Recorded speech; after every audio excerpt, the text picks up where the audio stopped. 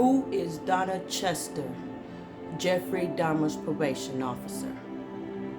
We're still in part 1,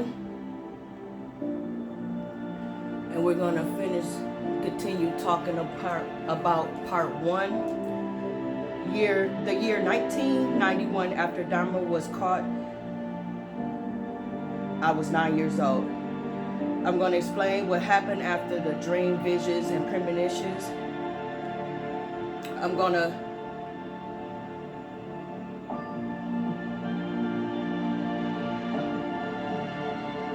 give me 1 second, y'all.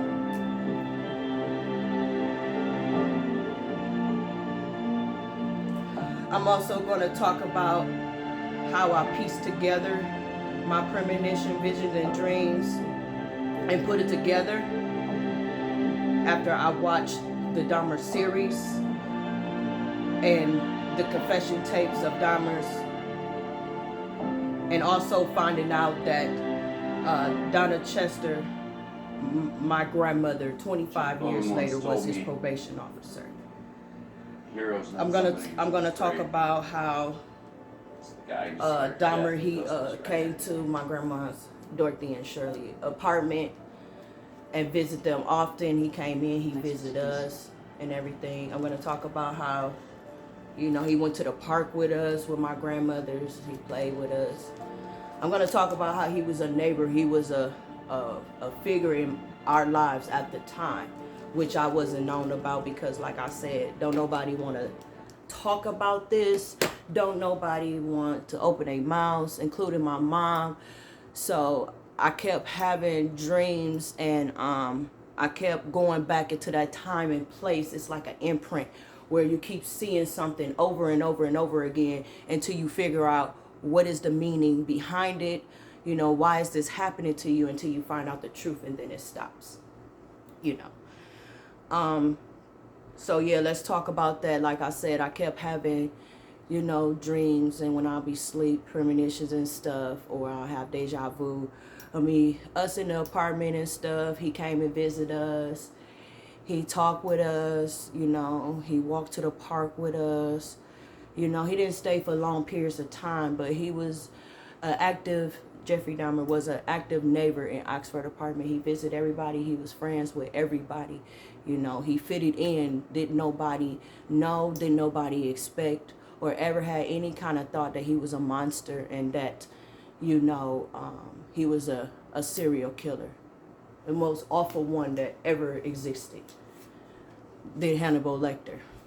And like I said, you know, I just wanted y'all to know that that was important because, you know, Oxford apartments and neighbors should be identified because their lives was turned upside down when this happened. And like I said, these Dahmer series is bringing a lot of stuff up. So a lot of people was coming forth and telling the truth to try to shine light on the case, to try to bring peace on the case, and most importantly, to try to do what's right for the victims, because that's what it's about, you know. And like I said, I got other things I want to discuss because I feel like people are doing more for Dahmer, but they're not doing enough for the victims. And that's why I'm coming forward, because my job is to finish where my grandmother Donna Chester left off. My job is to correct and make everything right what my grandma couldn't after she got sick and died from cancer. And that's why I'm speaking for my grandmother, because she died from cancer and she's no longer with us. And I know if she was here, because I know her heart, soul, and spirit, she will want to do right for the victims, or do anything she can to make it right for the victims. And that's what it's about. And like I said, I have a goal, and I will discuss that in the end, you know. But this is definitely part 1. I definitely want to wrap it up and make sure I touch the topics I needed to, you know, about him interacting with us, and we living across the hall from us, and our grandmothers, his neighbors, the Pattons, and him being involved in our life as a neighbor and a friend. That's where that came from when I talked about it on my page, because I was having visions as a kid. I didn't understand. So that's where that came from and was put together as. So I just wanted to make sure I addressed that and addressed the neighbors and us, you know, being apart with our grandmas, and she was the neighbor that lived in those apartments across the hall from him. And like I said, I remember smells, I remember cleaning smells, but you a kid, you don't know those type of things until you get older.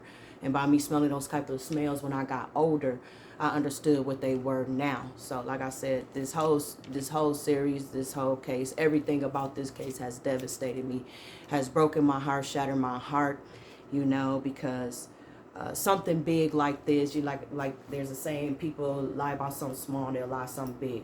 You can't hide something as big as this from anybody or anyone. This is nationwide. It done hit the top of the world. Everybody know about it. So the only thing you can do is do what's best out of the situation, make it a positive situation. And unfortunately, that has to do with the victims, and make sure that you know, do all we can to make the victim shine and not Jeffrey Dahmer. And like I'm so angry because I hate to God that my grandmother is tied to this monster. I am so upset about it. You know, every person, it ain't just the victims, it's the, you know, everybody involved, their families, everybody, whoever was tied to him. The evil is so strong, you know, the possession. He has ruined everybody that ever came in contact with him, you know. And even my grandmother, her family, us, we had to suffer the effects, you know, and we will for the rest of our lives by him being nationwide. So that's why I'm just bringing to light the truth, because the truth be spoken, the truth be said.